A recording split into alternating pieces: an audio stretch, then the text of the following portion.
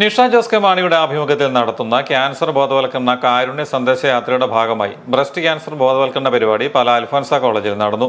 Pala Rotary ക്ലബ്ബും Pala Alphonsa college national service സ്കീമുമായി സഹകരിച്ച് ഓപ്പോളിന്റെ കൂടെ എന്ന പേരിൽ സംഘടിപ്പിച്ച പരിപാടിയോടനുബന്ധിച്ച് കോളേജ് അങ്കണത്തിൽ നടന്ന സമ്മേളനത്തിൽ Pala Rotary club public image chairman Santhosh Mattal അധ്യക്ഷനായിരുന്നു. Vice principal doctor sister Minimol Mathew flag off നിർവഹിച്ചു. നിഷ ജോസ് കെ മാണി ബോധവൽക്കരണ ക്ലാസ് നയിച്ചു.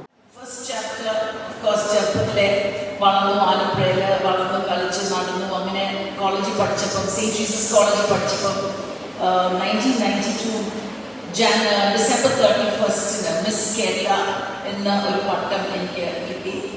അന്ന് ഞാൻ ഓർക്കുന്നുണ്ട്, ഇപ്പോഴും ഓർക്കുന്നുണ്ട്.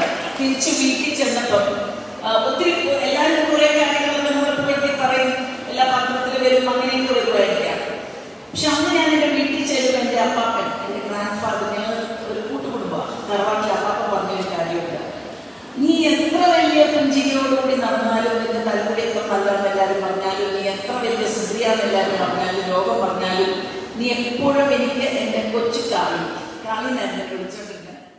അടുത്ത ജൂലൈ മുതൽ രാജ്യത്താകമാനമുള്ള വിവിധ സ്കൂളുകളിൽ സൗജന്യ മാമോഗ്രാം ടെസ്റ്റ് നടത്തുന്നതിന് സംവിധാനം ഒരുക്കുമെന്ന് നിഷ ജോസ് കെ മാണി പറഞ്ഞു.